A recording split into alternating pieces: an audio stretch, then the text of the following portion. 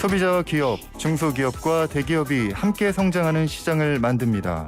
오늘은 공정위 기업의 감시 기관이죠. 공정거래위원회가 사건을 처리하는 절차와 관련해 주요 특색과 제도 개선 사항을 짚어보기 위해 공정거래위원회 오규성 심판관리관과 전화 연결하겠습니다. 네, 안녕하세요.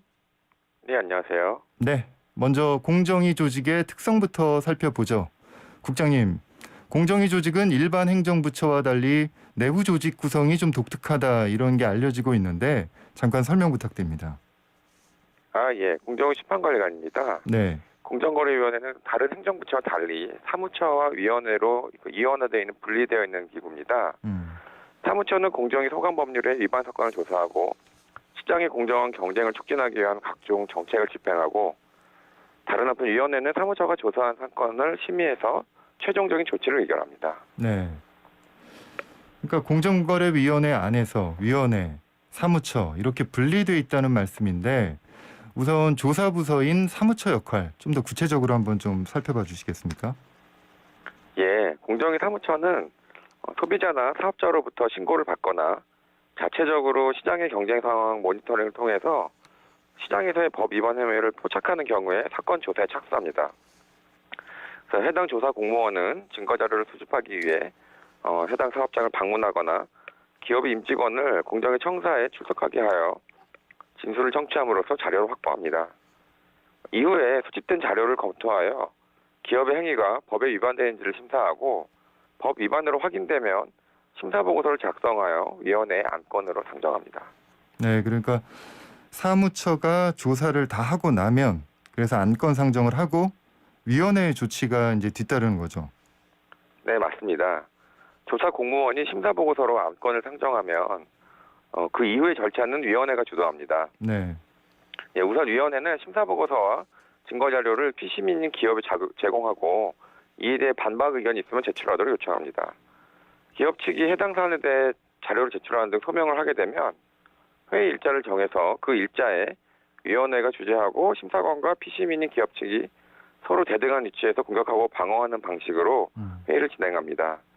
그러한 내용을 토대로 위원회는 심사관의 의견에 구속되지 않고 최종적으로 법 위반 여부 및 제재 수준을 결정하게 됩니다.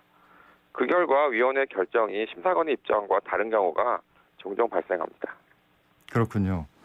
지금 말씀을 들어보니까 사무처는 그 조사기구인 사무처는 뭐 검찰이나 경찰 그리고 위원회는 법원 같은 느낌이 드는데 그러니까 위원회가 그 사무처 의견에 구속되지 않고 독립적으로 결정을 한다 이제 이런 말씀인데 이게 이제 제도적으로 보장이 돼 있다는 거죠. 맞습니다. 위원회에서는 사건이 공정하고 독립적으로 처리될 수 있도록 제도적으로 여러 장치를 두고 있습니다.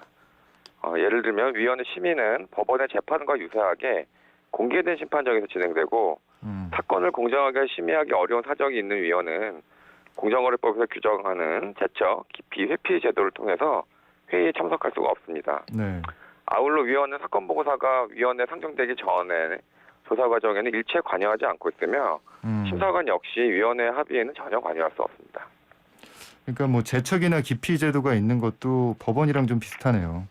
맞습니다. 네네. 그 공정위 조사는 이제 기업에 미치는 영향이 굉장히 큰데 그렇기 때문에 이제 기업의 절차적 권리를 보장해야 된다 이런 목소리도 꾸준히 있어 온 걸로 알고 있어요. 그래서 공정거래법이 이제 개정이 돼서 현재 시행되는 걸로 알고 있는데 이 부분 좀 설명을 해주시겠어요? 예, 저희가 2021년에 공정거래법을 전면 개정해서 이런 적법 절차를 강화하는 내용으로 대폭 보완했습니다. 네.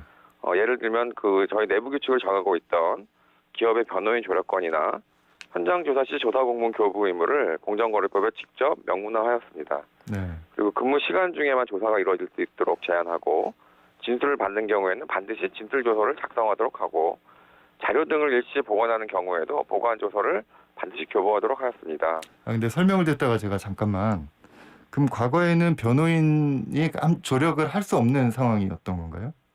아닙니다. 전에도 변호인 조력권이 있었는데요. 네네. 저희가 이제 내부 규칙으로 그거를 두고 있었는데 보다 저희가 그거를 더 구체적으로 명시하기 위해서 법으로 규정을 한 것입니다. 과거에는 이제 법에 명문화는 안 돼 있었는데 명문화를 했다 이제 이런 거군요. 예, 맞습니다. 네.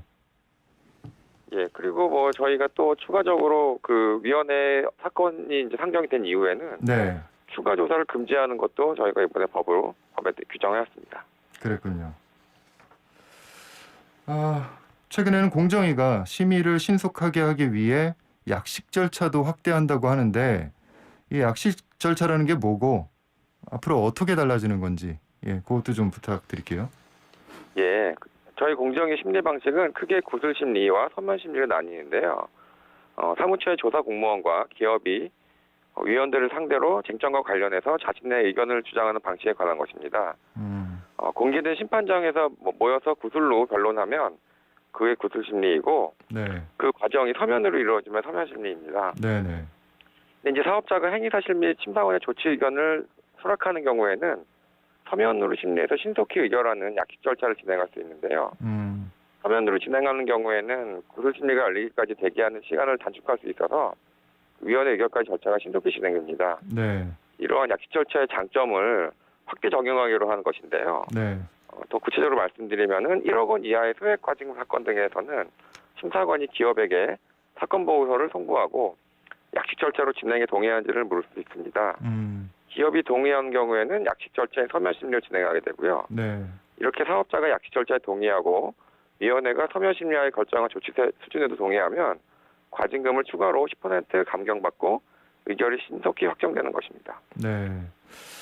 그러면 뭐 이렇게 확정할 수 있는 문제인지는 모르겠는데요. 약식 절차를 적용했을 때 기존에 비해서 어느 정도 이게 좀 절차가 단축이 되는 건가요? 저희가 예컨대 그 구술 심리를 하게 되면은 그 대기 시간이 있습니다. 왜냐하면 네. 저희가 각 사건마다 다 지정해야 되는 기일이 있기 때문에요. 그게 예컨대 한 두세 달 걸릴 것들이 서면 심리로 하면은 그런 절차가 생략됨으로써 네. 훨씬 조기에 그게 해결될 수도 있고 그렇게 되면 기업들도 어쨌든 그 경영의 안정적인 경영이라든지 불확실성 같은 것이 좀 더 제거될 수 있는 측면이 있다고 보고 있습니다. 잘 알았습니다. 오늘 여기까지 듣겠습니다. 오늘 말씀 감사합니다. 예, 감사합니다. 네, 지금까지 공정거래위원회 오규성 심판관리관과 함께했습니다.